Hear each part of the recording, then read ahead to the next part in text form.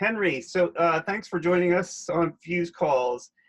You're the Senior Director of Experience Design at North Highland, a consultancy. Your bio description states that you use insight, foresight, strategy, design, and development to transform businesses to more human-centric, purpose-driven organizations.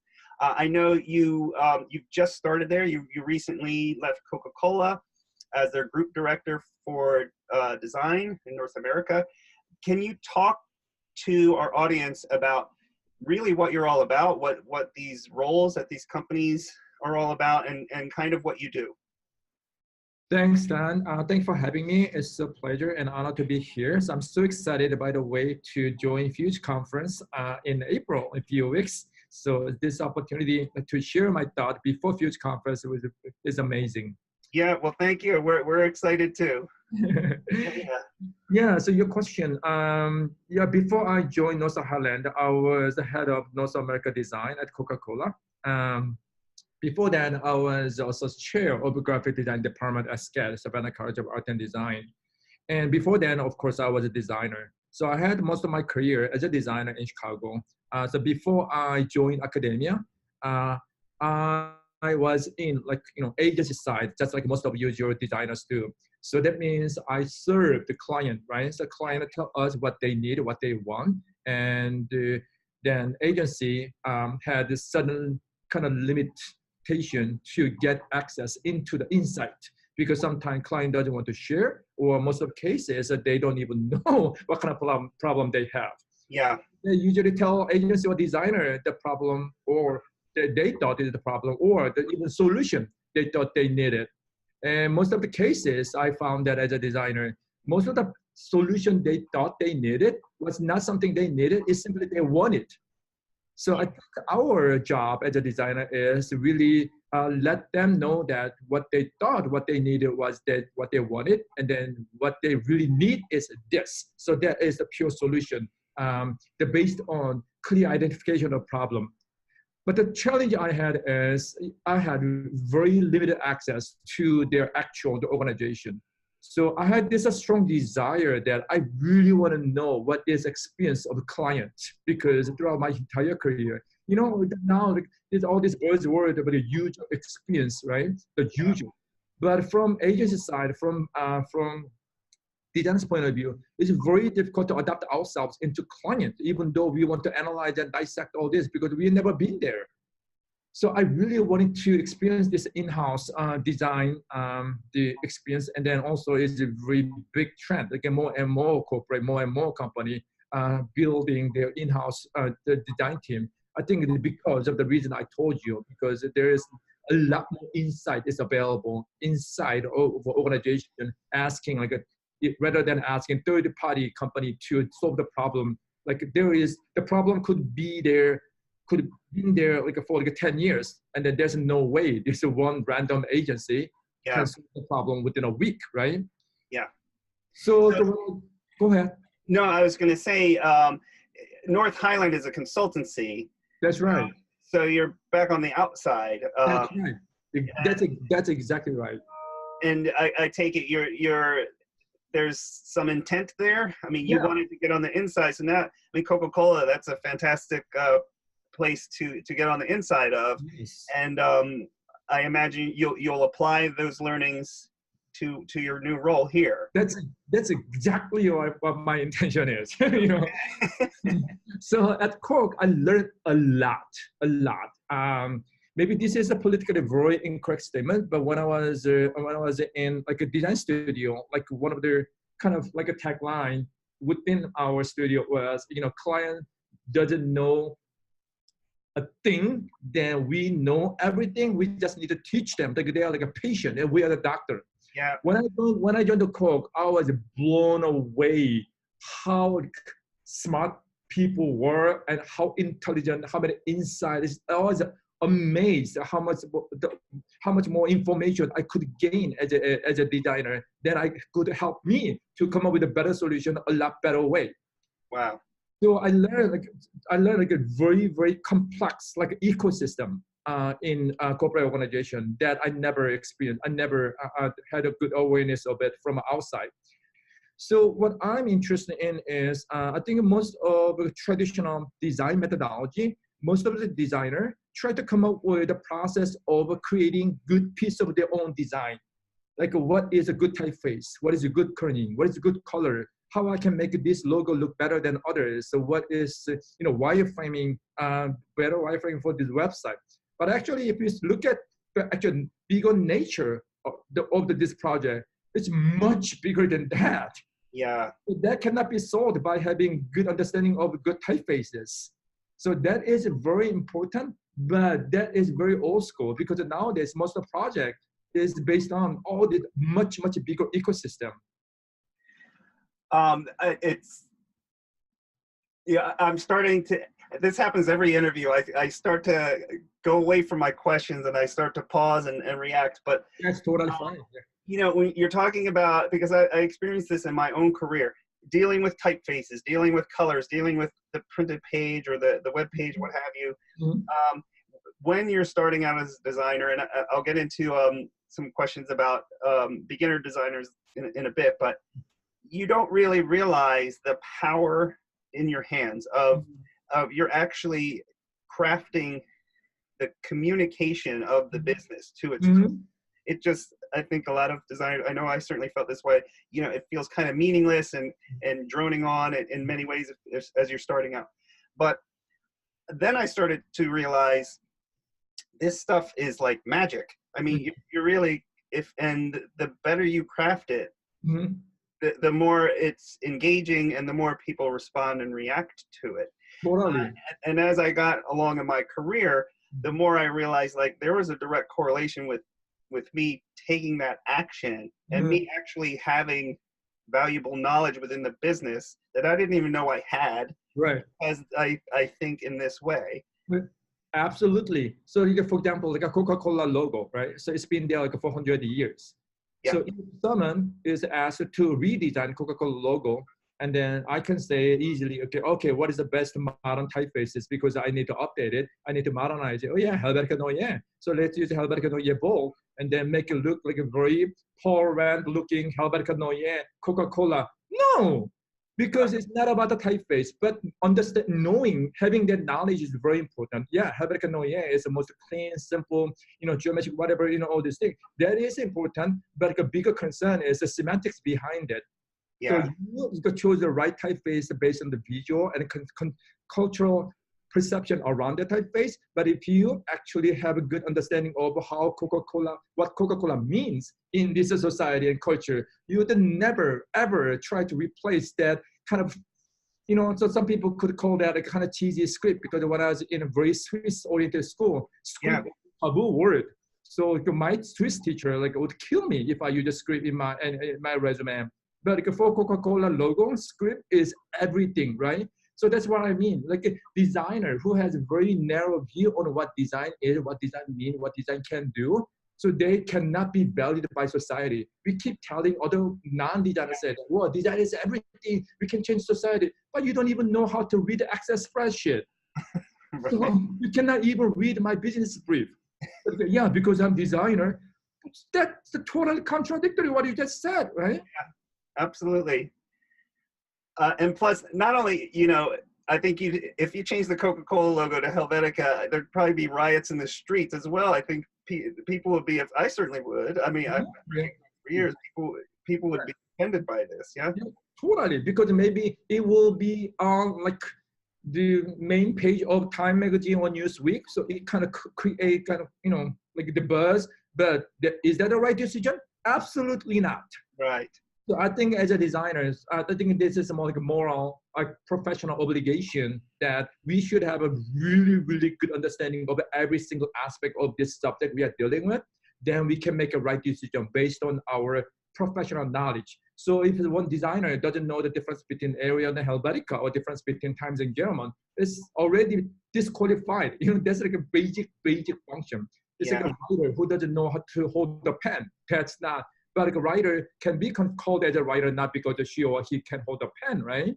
So it's about the thinking, but the technical the skill set is also important. So keeping that balance is very important. So back to your question, So I realized that there's a much bigger ecosystem need to be considered to be able to produce a good design.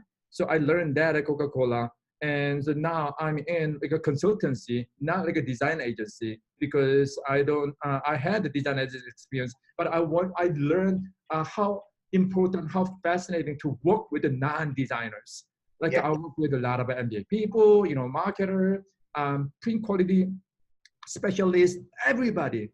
So whenever I talk to this a person specialized in certain thing, like it just blew my mind. So I just wish I met you like 20 years ago for that one project I failed, right? So I love working with everybody. So here at the consultancy, so it's a very similar model, but we are tackling other people's problem. That fascinates me. So all these big organization, enterprise have the internal problem, and then our consultancy is specialized in experience design and service design. So that means that we create a holistic end-to-end process of a problem they have. Not like a one specific thing. Can you make a one app, or can you do that one website? We need this brochure. No. So let us figure out why you need the brochure. Maybe brochure is not what you need. Then we see the whole picture in bigger scale. Then we can provide this holistic service. That to me, that's the real consultancy should do. And that's what North Highland and Sparks Group, the team I'm in, is totally on. So we are not interested in traditional model of a consultancy provided 500 pages without any pragmatics behind it. So here is a report, and what are you going to do with it? Well, I don't know. I mean, this is a report. But now information is everywhere. Anybody can find any information, any data. Yeah. So collecting those data doesn't have any value. So like a practical value of the data or the process is very important. So that's what my firm is believe in. We identify the problem, we come up with a holistic solution, then we provide an action plan, which is service design and experience design.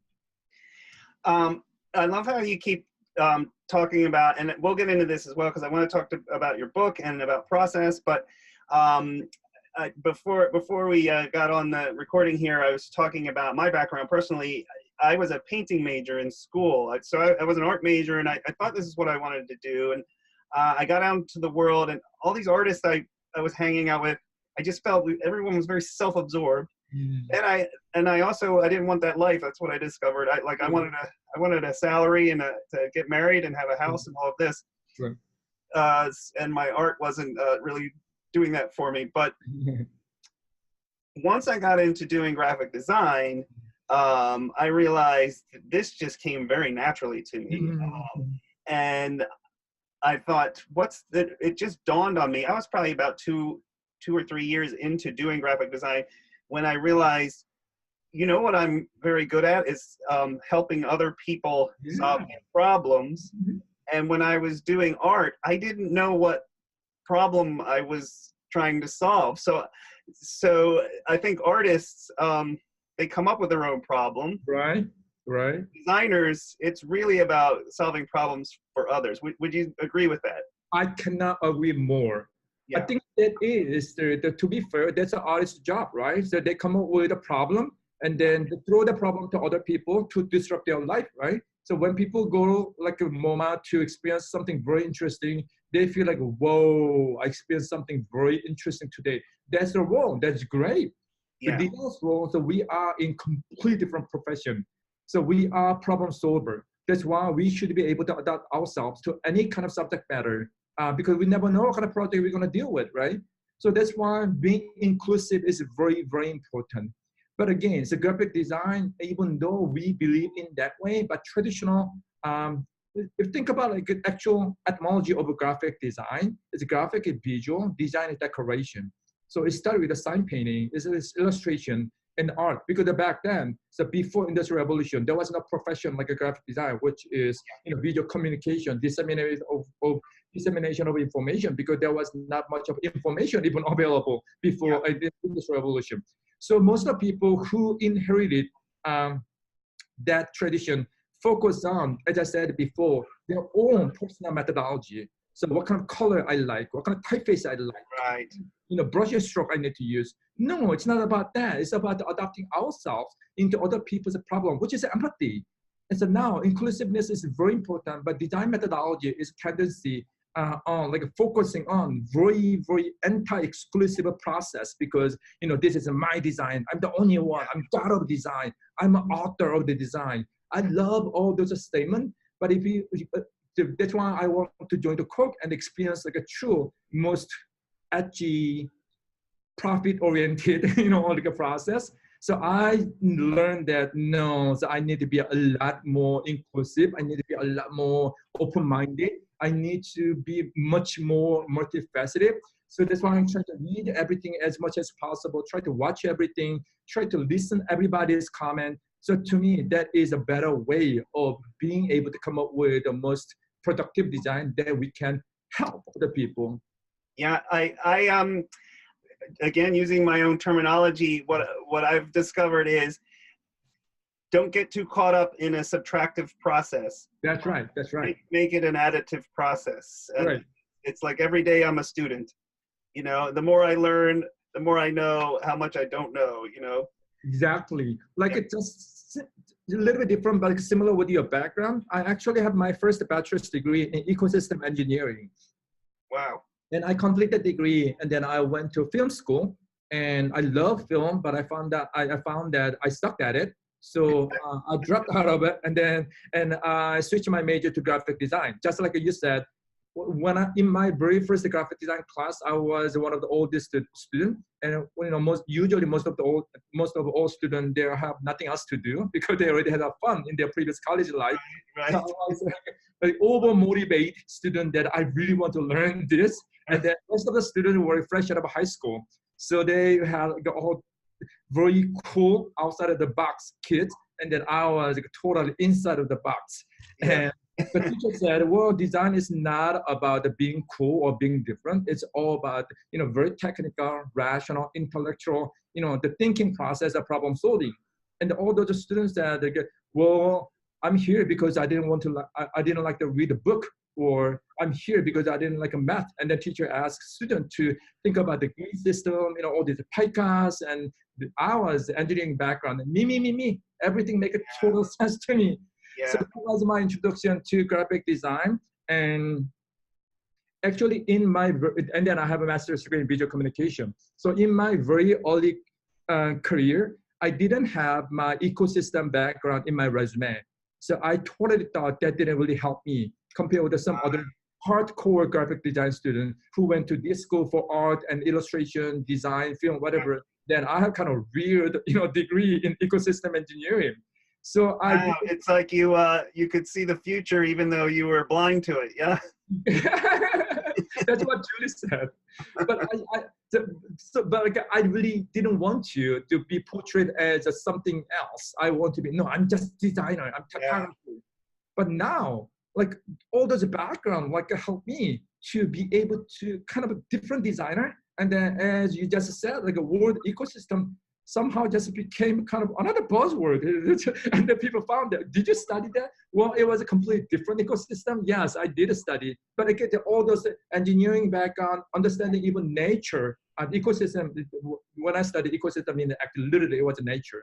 So those help me to be able to dissect and analyze any problem that I'm dealing with as a designer. It's so funny, and I do want to get to some of these other questions, but I'm having such a good time talking about this stuff. I told you earlier I was a music minor, and again, not being cool, I played in bands in college. I was kind of cool, probably more dorky than cool, but you can get by with that if you play in a band. I learned that in college. Girls don't mind how dorky you are if you play in a band. But I eventually became really interested in jazz music and jazz improvisation, and I'm just now making this correlation as I'm listening to you. The jazz is all about taking a pre-existing song, like a jazz standard, and rewriting the song. So it's kind of, I'm just trying to make this correlation, like what you're dealing with is already built. The structure is there, but you're basically taking that structure, you're taking what somebody else did and you're reinventing it with your own voice.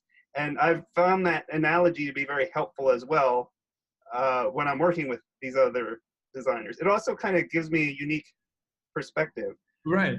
But Go ahead. I'm sorry. no. But again, you know, I'm learning about myself as I'm talking to you. It's there's something that draws me to, I guess, not being the originator, or you know, being exposed to something external. You know, not being the artist, but being the designer, I guess is what I'm saying. I think that is fascinating. So I know that later of the question we are going to talk about design education. To me, like if you think about it, there are like the bunch of students in my classroom, very first graphic design class. I mean, let's be honest, we can tell, dude, change your major. So this is the right thing. Or so there is the genius, you know, the young designers. But as a designer, it's very difficult to tell that student that, you know, I'm sorry, so you don't have that gene or DNA, whatever, you know. So because you don't have the blood, and then student could ask that, so should I blame my mom or should I blame my dad? I said, what's wrong with my gene or DNA? I completely disagree with this genealogy that can define the talent or profession. It's all about the experience. It's about that's what process is about. So you play those instruments, those music that help you to be who you are. Yeah. Right now, right? So you have this like a very diverse experience and the knowledge. Now you play jazz without knowing how to be able to have the C chord in your guitar. There's no way you can play, you know, you can play jazz. Right. So what I recommend to my students is, okay, is you are a bit late in this race game, but still, so you have to just go out, experience and learn everything. Then I think there is a bigger chance that you can be more successful designer. It's not about just being cool, you know, since they're young, because nobody was cool when we were baby, right? It's all about the accumulation of experience. So that's what I believe in. So that's why I'm still trying to, just like we discussed before, we're trying to learn everything. We're trying to listen everything. We're trying to experience everything. That's why we are doing this podcast, right? So I'm learning a lot from you too, you know? Yeah, I think it's, again, there's all the, and I want to get into process and everything about your book and everything, but there's all this stuff. I mean, one of the things I was fortunate to hear in art school is there's no such thing as a new idea, right? No. There's all this stuff out there, and what you need to do is really, really be open to it. Right. And what happens is, as an individual, Right. you're the only one in all of history who has your specific experience. Totally. So Totally. if you're really good, you take your specific experience and bring it to the problem you're trying to solve. Yes? Exactly. So to me, as my goal, ultimate goal as a designer is being invisible. I never want anybody can tell I designed a certain thing. So because without realizing if they experience my design, that is the best design, right? Yeah. It's like an air. It's like a wind. So I want to provide this breathe and air to people, so people cannot live without air, but they are not even realizing they're breathing, they're using it, right? So that is the best design ever. The bad design always says, me, I'm design. That's why you're bad design with a strong ego. That's bad design. Yeah, so make the logo bigger, right? Make the logo bigger, make everything pops. You know, I need this starburst here. You know, I need 3D, and then you don't need 3D. You know, you don't need 4D. You just need a simple geometric shape. That's all you need. Yeah. So let's talk about your book. I think this provides a real good basis for getting into your book. It's called Graphic Design Discourse: Evolving Theories, Ideologies, and Process of Visual Communication.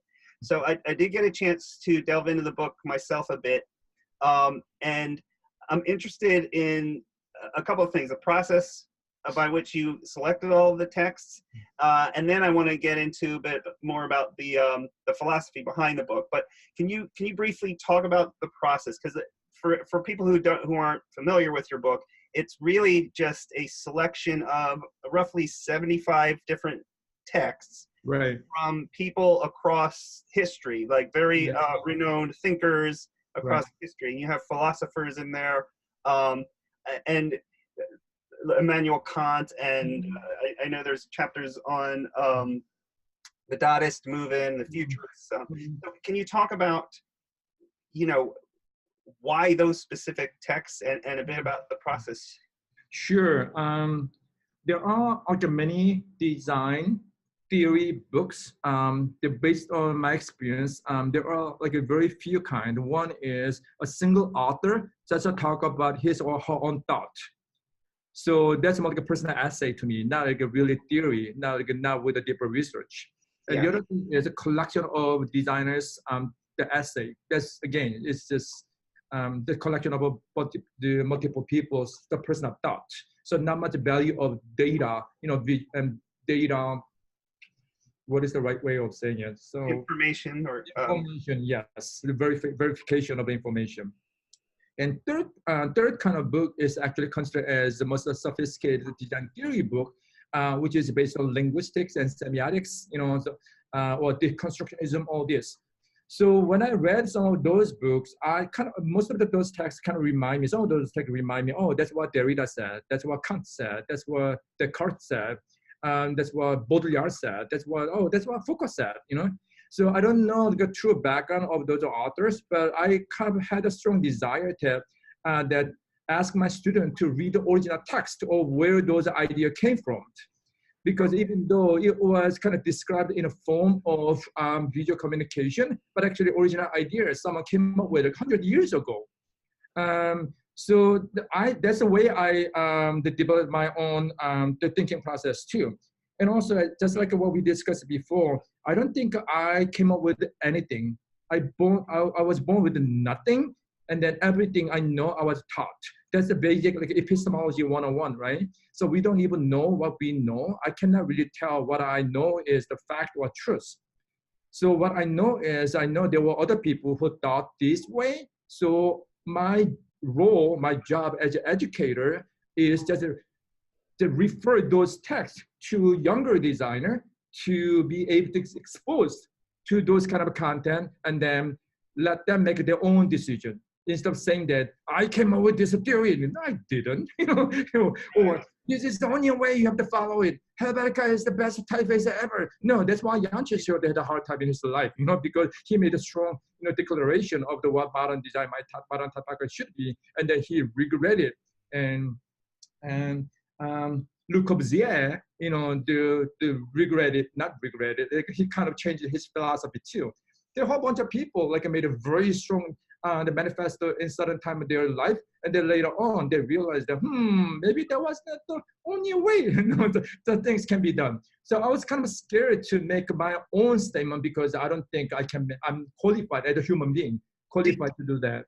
So as I'm listening to you talk about this, do you think some of those thinkers in your book that you presented to us, is there are some of these people actual geniuses, or is there genius that exists that these ideas do originate from that individual? Or do you think that we're all kind of empty vessels when we're born into the world, and there's more of a, I don't know, some people are more prone to taking in their environment and coming up with more sophisticated solutions? What is your take on that? I don't believe in that literal definition of genius because it's all based on genealogy. Someone born with a gene, I completely disagree with that. That's why I wrote, I edited my book as in chronicle order because it's evolution of ideas. So without reading my the chapter number 1, I call process 1. Process 1, the reader cannot understand process 2. Without reading process 1 and 2, people cannot understand process 3. But some people just jump into process 5 and then found that, oh, this is fascinating, this is a great book, Yuval Harari is great. But no, so if you want to read Yuval Harari, so you have to read 100 other books to understand where he learned from. So then we can say that, oh, I think I kind of understand what he's trying to say. Not okay, this is the best thing I've ever heard, because it doesn't exist in that way.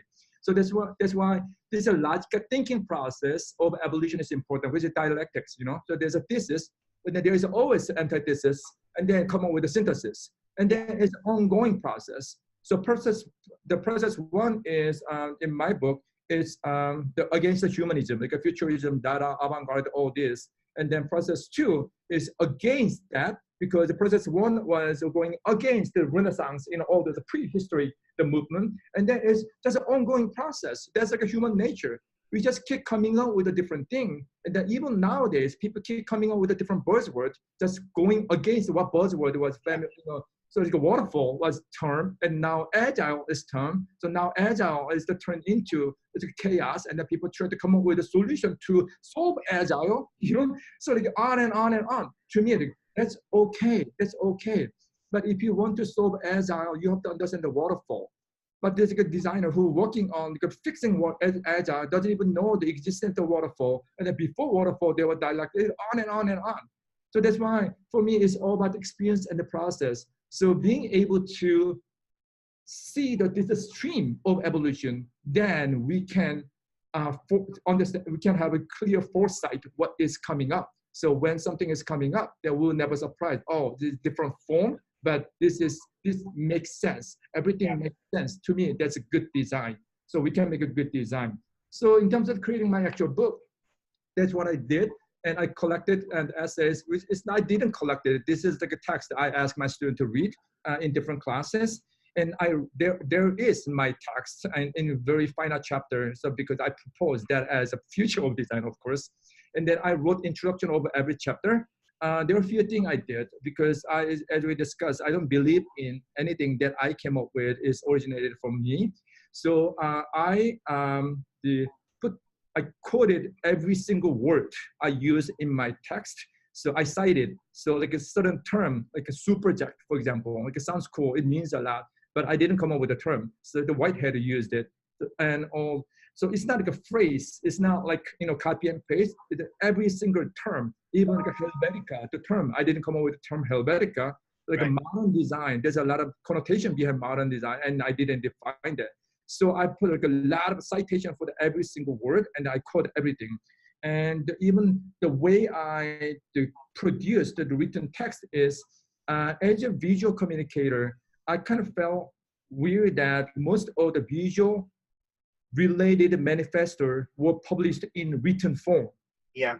So why? Because we are not writers, so we are visual communicator. We believe that visual communication is the most sufficient and most efficient, most sophisticated way of communication. But when you want to manifest what you believe in terms of visual, you wrote it. And so I was not sure whether I really wanted to write it. I can write, but that's not what I am. Yeah. So what I did is the two things. One is and we live in a day and age where you don't need to write a book anymore, really, necessarily. Totally. Yeah. What we are chatting is the book, right? So yeah. So this is a book. So what I did is I narrated my thought, and my the assistant dictated. She wrote it down, and then it was handed over to another designer that I respect and trust, and it would have gone through like 3 or 4 designers and writers, and I asked them, don't worry who wrote it, who edited it, where it came from, read it, re-edit it in any way you want. And then it's gone through like 5 times. And then the last thing I did, I just sent it to a professional editor who is professional proofreader, and then she made it complete form. Then there were even 5 editors from publishers because there were changes. So when I read my text, yes, this is my thought, but is this my work? Is it my writing, my thought? No. So I totally don't want to let my ego, my authorship go. So this is evolution of my thought done by everybody around me. So my book, at the end of the book, I have a list of the people who helped me to who I am as a designer. So my teachers, my colleagues, my student, my friend, everybody, I put them as a process designer. And also I even wanted to push it more. I have the respected publisher, Princeton Architectural Press. So I didn't really need the money to produce this book. This is a self-published. So, but I wanted to have a Kickstarter project to share my ownership of this book to everybody. So it reached like 100%. It's like second day. I put every single backer on the back of my book, like permanently. It doesn't matter if they donated like $1 or $2,000 or $3,000, doesn't matter. everybody share the authorship all together, because that's what I believe as a good design. Design shouldn't have any ownership. We just let everybody go, let everything go, let us go. Then we move into people's life like air and wind and everything. So we are there, people breathe, we help people to live, but we are not there. So that's my belief system, and that's what the way I the design this book too. So two things from what you're talking about there. The first is, did it ever occur to you that the structure of your book, as you're describing this, it sounds more like the way a website operates? Mm-hmm. Did that occur to you? Because I mean, you can go back and forth, and basically you have a topic, and one of the chapters could be a topic like the Dadaist movement. Right. You know, you could go in there, and I could get lost in that particular topic, Right. and find a whole list of books on my own. It kind of functions the way if I was browsing the web. Absolutely, absolutely. That's what hyperlink is about. You know, Yes. the term, where the term came from, it came from like 1,000 years ago. It's like Aristotle talk about rhetoric, and now we are talking about empathy. So where the empathy came from is from pathos. So if you really understand there's a user experience, what design thinking empathy, then you have to read Aristotle. So without reading Aristotle, you cannot understand it. That's why some people confuse, especially about empathy, confuse empathy with emotional expression. No, that's not emotional expression. Read Aristotle. The pathos is a completely different thing. So that's like you said, so this book form is most sophisticated way of archiving narration, but it has a certain limit. So because it cannot be experienced in 3D or 4D the structure. That's why I love book. I have a huge collection of book, but I think a book is one specific medium to help people to conserve a certain form of narrative. But now we have a website, we have a podcast, we have a video, we have everything. So even like augmented reality, you know, like, so it can be the next generation of book, whatever we want to call book, right? So yeah, I totally agree with you. Yes. Yeah, well, it'd be interesting to see, and I'm just thinking out loud, it'd be interesting to see your book as a digital interface. If you took all those chapters and created pages, and you know, made it more interactive, more dynamic, that would be interesting. That's fascinating. Yes. The other thing is, you know, where does genius come from? If it doesn't come from an individual, where do these really profound ideas? I mean, there has to be an origin somewhere. I know this is pretty philosophical, but you believe you don't have any ideas, so you read these ideas from others who get the ideas from yet others before them. Where is there a starting point, or am I getting too philosophical here for you? No. So I think in the beginning point is, just like I said, design is about the process, not like the tangible outcome or commodity. So I think process-wise, what makes a genius is a curiosity. So there's a process of being genius, so the state of a genius. So I don't see the word genius as like a definition or a description of a certain thing. It's more like a process. So the curiosity is like, I'm always curious. I always want to go, where did you get your glasses? That's fascinating. Why your background is so yellow? You know, that's what I'm looking at in you. So where are you? How's the weather in New York? Then we even before this pocket record, we talk about a bunch of other stuff, right? So I can tell, wow, Dan is also very interesting person who has lots of curiosity. So then I can feel like, okay, he's a genius. So I want to be a part of his geniusity. Then we can both genius. So this is like a process of being genius. So I don't get a stamp on it because I'm still in the process. So I think I'm Christian, so it's a bit different. But it's like some people want to say that I'm saved. Can you really say that you are saved? Like who gave you that, you know, the definition that you are saved? We are in the process of being saved. So to me, so even like a religion, the faith is also the belief in what we believe in, but also the process of getting closer to the faith. So it's like a utopia. Like a literal meaning of utopia is a land we cannot reach, right? But that's why we are aiming, we are going, moving into, we are striving. So striving, so if I put it in the kind of simple way, striving being a genius is the first qualification of being genius. Okay. So it's the process, it starts to get kind of dualistic, yes? Like it's the journey and the destination That's right. at the same time, yeah. That's right. That's right. If we believe in the journey, destination will be there, guaranteed to be there as outcome. So that's why when we design it, I think a design process shouldn't be a certain medium dictated. It should be process oriented, but medium centered, media centered. So like my client come to us and they, oh, I need a new logo. I'm not really sure. So let's see. Why do you think you need a new logo? Because my product is not doing well. Well, maybe your product is not good, not your logo is good, Yeah. but they thought have this the product they wanted to have. So our job is hold on. Let's dissect and analyze problem, and then outcome will be there. It could be website, it could be new product, it could be new label, it could be new logo. You know, the possibility. But so the right process is a start from the beginning, process one, and then going step by step.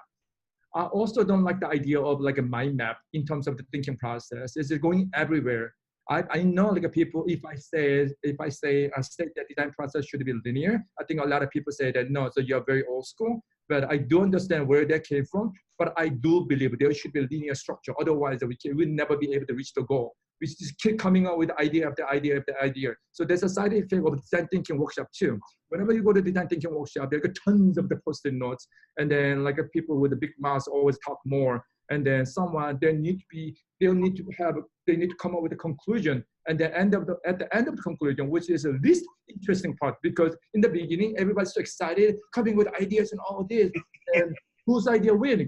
I don't know, like just pick random one. We cannot do that, you know. That's why I believe there should be a linear process for making right decision making. Well, I would argue that when you go through that brainstorming process with all the post-its and everything, the goal is to have a linear process. Wouldn't you say that's that's the goal? But I think in most of the cases, I think we got lost in that area. And then people came up with the idea of agile. Okay, so prototype this and come back, prototype this and again. And then there's a spinning wheel right there too. So I do believe that is the most sophisticated way of the problem solving for now. But I think there's a lot of things we can add on it. Then we can make this structure more practical and pragmatic. To me, like, pragmatic is really important. So I want to read like books about semiotics, linguistics, philosophy, and epistemology, not because I want to be a thinker, because I want to be a good designer. To me, that's the bottom line. I'm a designer, period. So I'm not a director. I'm not a thinker. I'm not a philosopher. I'm a graphic designer. So I want to solve a problem with the visual communication. That's why I read this text. But again, this is not the value. So this is a podcast about design. That's why I love to do it. But if this is a podcast about the writing, it's about the philosophy, then I'm not interested. I don't think I'm even qualified to discuss that. Wow. So that's a great segue into my next question here. So I'll give you a quote. Everything is design. We design everything. Design is everything. So you also see your book. It's a manifesto about design process, which we've been basically talking about. Mm-hmm. It seems like process, that ultimately is what gives design its value. Is that fair to say? If somebody could take one piece away from this whole discussion, would that be it? Design is about process. I believe so. Yes, it's all about the process. But what we also need to understand is everything around us are designed by someone else. There's a French philosopher, Jean Baudrillard, said everything is designed. Politics is design, culture is design, gender identity is design. And my mentor, Tom Farrell, said design is a declaration of intention. So that means I'm surrounded by many people's intention, right? So that's why I believe that everything is designed, because everything is already designed. So we designer, we are the creator of the design. So we should have a very, very strong, like a social, like a responsibility, because whatever we design, it will be the part of other people's life. So that means that when we design it, we have to be careful what kind of design we are making. So because the design is everything. So we are surrounded, our life is designed by everybody. This is like an architect in a matrix, right? he got a question to Neil that I designed perfect system for you. So what is wrong with you? So I'm God. So if you need anything, just let me know. And Neil said, I want just my identity. So I think that was a defect of the system he created. So that's the empathy. There was a lack of empathy. The conversation between Neil and the architect clearly showed that architect didn't have any understanding what human being actually thought.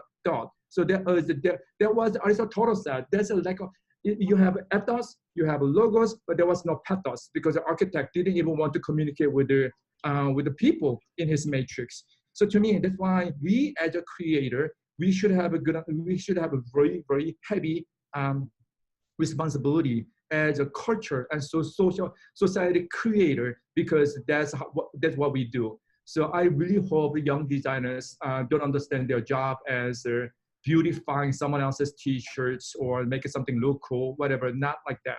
We do really empower like how people live and how we can, that's the way we can shape the culture and society. You know, when you're talking about being empathetic as a designer, and we were talking a bit before about the definition of empathy. I know from managing a design team, a lot of times personalities start to get in the way, and people requesting work from us, the designers get a bit cranky, and they start to make things personal, and then it's, you know, this kind of thing starts to happen. Right. And I mean, it's happened to me. I'm no exception to that rule, but I always try to go back to, don't judge that person, empathize, meaning they're trying to solve a problem. You might think they're stupid. You might think the problem's stupid, but don't think about that. Think about, I'm a designer here. Let's solve the problem. If it's so easy to solve, then you should be able to solve their problem, whatever your feelings are about. Absolutely. In his book, Rhetoric, like Aristotle said that there are three steps of communication. Like back then, it was a verbal communication.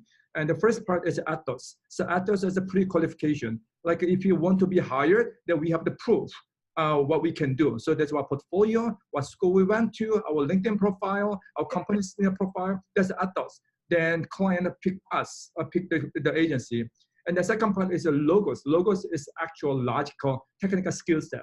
We need to know how to design. We know the difference between area and Helvetica. We need to know wireframe. We need to be competent. Competent, exactly. Yeah. Third part is the pathos. What Aristotle said, because the pathos is about empathy and emotion. So what he said is, okay, we have to, the agile communicator, we have to analyze what kind of emotional express the audience want to get. So we should have a good expectation. We should have a good understanding of their expectation. It doesn't matter how I feel, how I wanted to feel. It's all about what they want to be felt.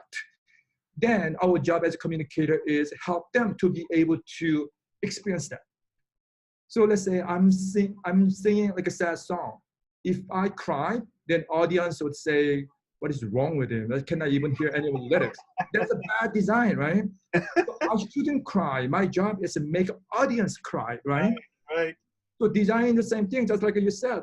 It doesn't really matter how you feel. It's what they felt. So you have to understand where that comes from, because we cannot say you are wrong, because you cannot say my sadness is wrong because my brain is telling me I'm sad and that's why I'm crying. They said, no, this is a funny movie. You should laugh.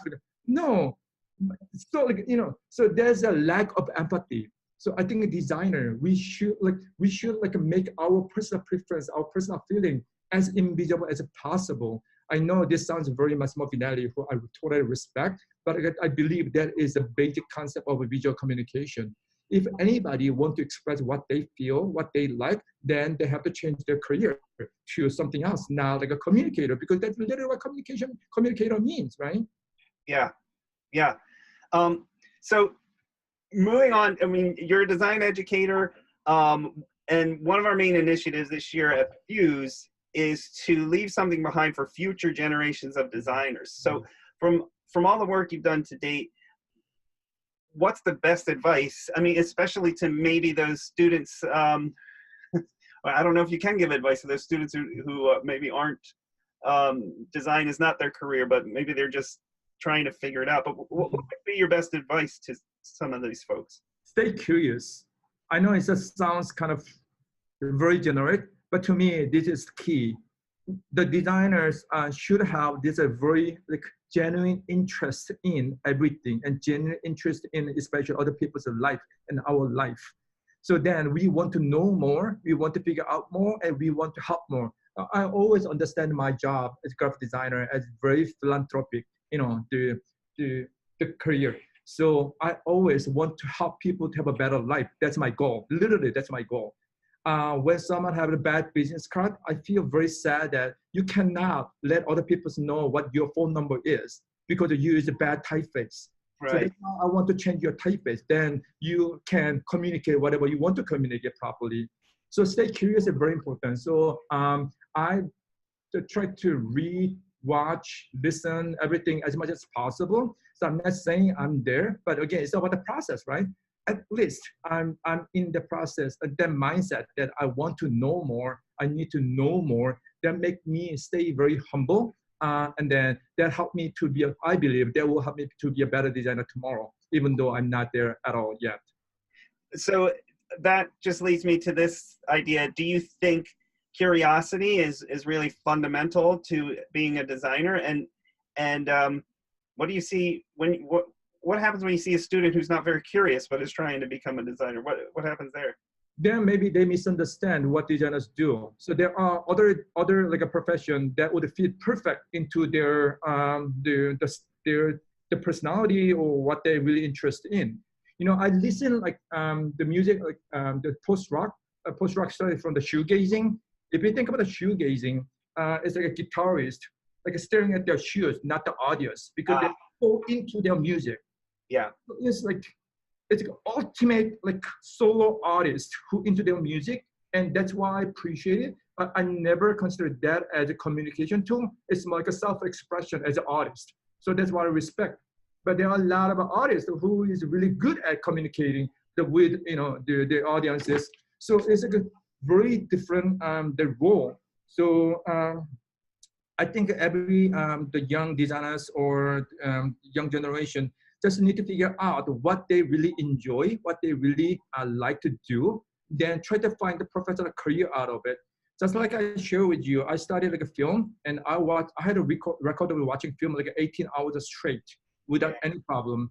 But once I joined the film school, I realized that I love watching film, but I didn't really enjoy the process of making film. So what I like is very different from what I'm good at.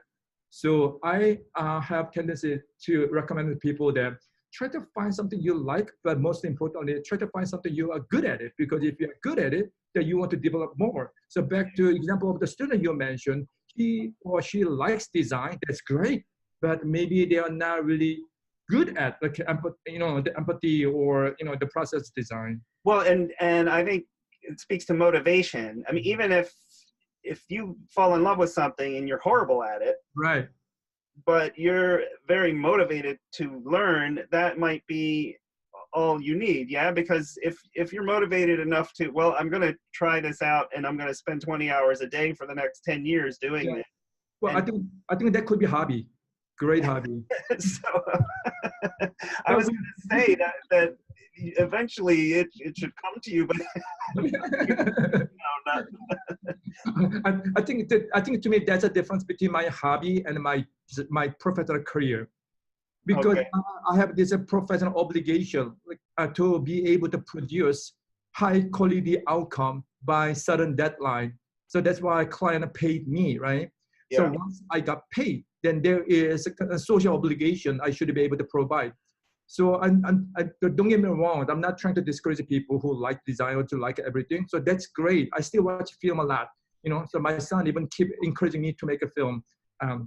But I don't think I can do that, because job is very different from my hobby. Job is, I have very strong, again, this social obligation that I should deliver complete website by tomorrow 12 p.m. I cannot tell them that I didn't feel like I wanted to design, or I couldn't come up with any idea today. So I cannot do that. That's why I'm so into this very rational, technical methodology, which is proved process, just like we've been discussing. So process is not just a random, like, the intuitive narrative. It should be very, very rigid and technical process, I believe, if you want to live as a professional designer, because to me, that's what profession means.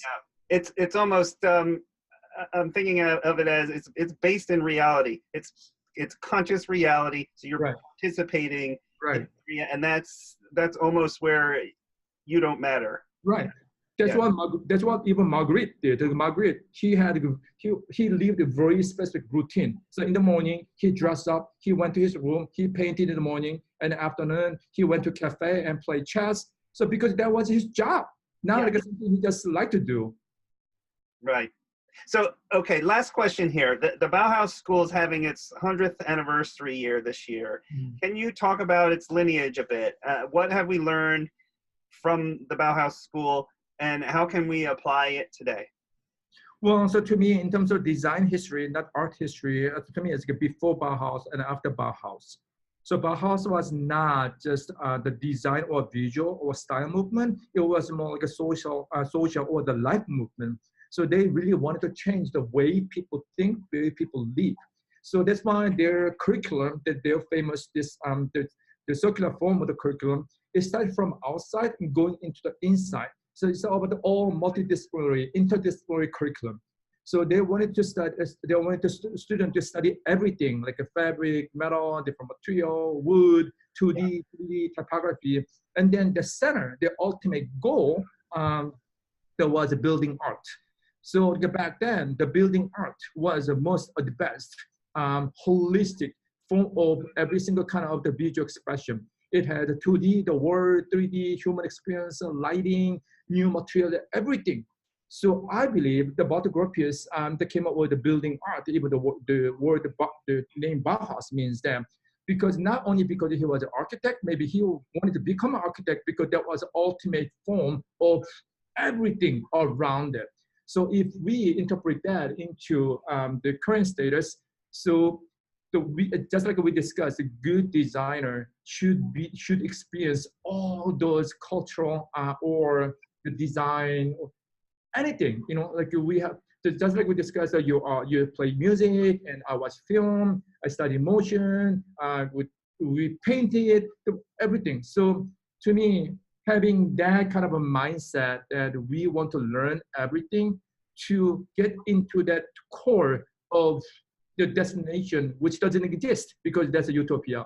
But the process going into, so the Bauhaus diagram has this arrow, so going into the core, that is what Bauhaus. So that's, I think, what we should learn. So we don't want to limit the profession into I'm web designer, now I'm UI designer, I'm UX designer, I'm product designer, I'm package designer. There's no such a thing like that. No, we design everything. So that means we need to try really our best to learn different tools, different process, different methodology, read more books. So to me, that's what the value of the Bauhaus is, because especially after Second World War, after Industrial Revolution, there was a whole bunch of new information started to available to the people. So there is not enough capability each human being could digest all those information.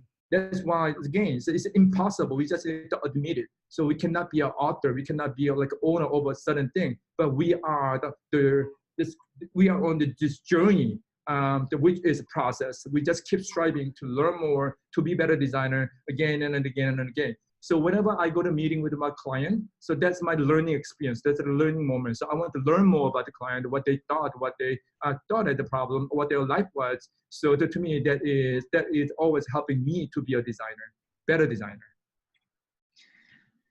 Wow. Henry, Kim, thank you so much. I really enjoyed, I feel like I went on a journey with you for about the past hour or so. Really appreciate it. And thanks so much. Thanks for having me. All right.